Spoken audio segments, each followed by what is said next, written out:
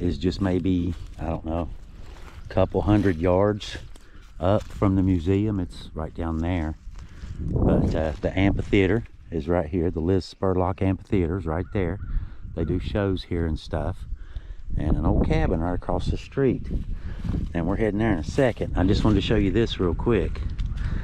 They have these trails. This one here is the Shawnee Trail. I saw a rattlesnake trail on the map and a whole bunch of them. But they're just wooded trails. You can go back into the woods, that kind of thing, you know, and just look at it and just enjoy yourself and have a great day.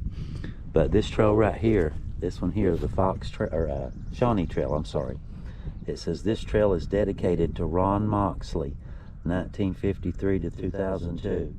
Father, husband, historian, archaeologist, actor, educator, and friend. That's pretty good. Yeah, neat little heart right in the stone. That's pretty cool. But we are going right over there is why I stopped here. I just thought I'd show y'all that real quick. But there's all kinds of stuff. You can go across the trail right there, and we're gonna go check that out. Which it hasn't been all that long since it's been moved, so they may not even have it open to the public, or if so, they may not have a sign up, or, you know, we'll figure it out as we go.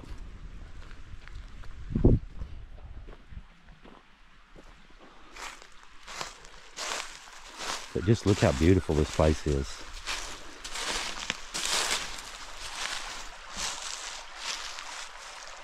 Just look at that. You can go walking back in the trails. Just spend the day in nature. Look at that, how beautiful that is. You can hear the water or the little creek just babbling away. Beautiful place. Love living in West Virginia. Some beautiful country, isn't it?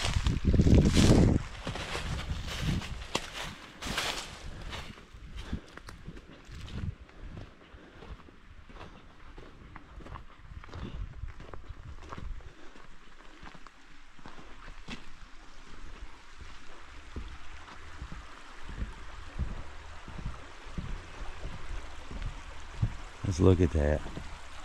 That's the trail. Man, that creek is really pretty. I know I seem to be fascinated by creeks, but it's a kid thing. What can I say? I never outgrew it. I want to go play in it right now. Tell you the truth. It's warm enough. But we're going to go check out the old cabin. I'm not sure if we can go in or not, but we're going to go look.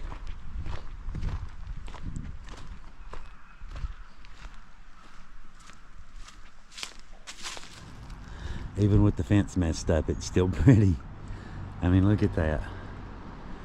Classic pioneer home. It's still a very good example of an early American settler's home.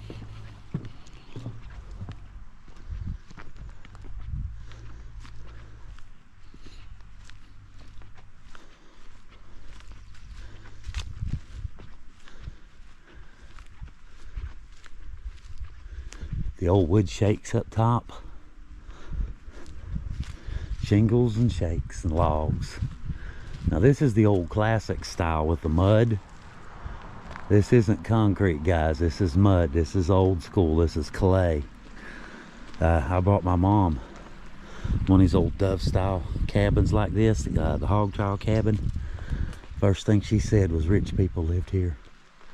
I said, what do you mean? How can you tell it was rich people? You know, ain't it like every other cabin? She said, no, not at all. She said, poor people had mud like this. And you would put this mud in between the logs. And the way she said it, you'd have to get up in the middle of the night, you know, January, freezing cold, storms, whatever, and mixing water and mud and straw to refill the chinking in between your logs. Wealthy people had concrete. She said that's how you can tell. Oh, didn't know that.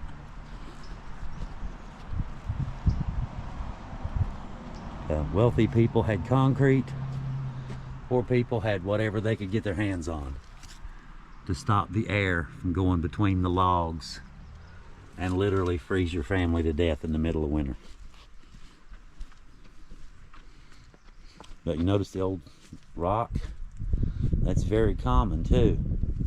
They just used creek rock or whatever they could get their hands on to build a foundation. Most of these older ones, they'll have like one big square rock cut to fit to the right height. But a lot of them, they use like river stones like those, flat ones, and build it up a little at a time.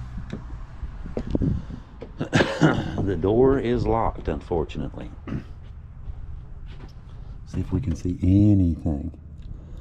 I can see daylight through the cracks inside. So there is some mud that needs to be replaced. And you can see right here how it blows out. Big gap in there, and you can see it's just clay. It's just red clay is all it is. And you jam it, you jam red clay back in there in between the logs and in between the doors, kind of like we would use caulking, more or less. And foam filler, they used clay, rock, straw, that sort of thing. Whatever they could get their hands on. That's why it was all the time washing out in the middle of the night in a storm. You had to get up and mix stuff to keep the wind out, keep your family from freezing to death. Cool, huh?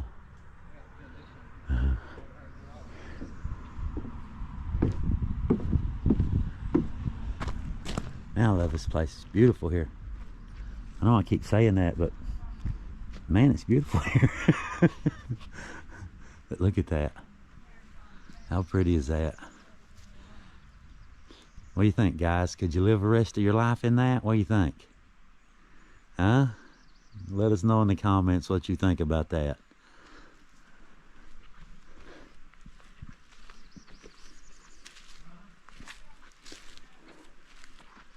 I guess if it was here, I could maybe do it. You know, some awful place, maybe not.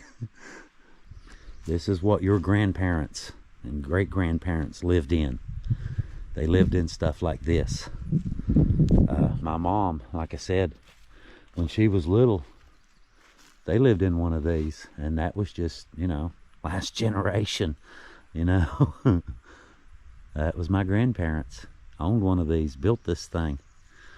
Not this one, but you get it. Wild, isn't it? You just go into a place, find you a bunch of trees, start cutting them down, build that. Then you get the mud.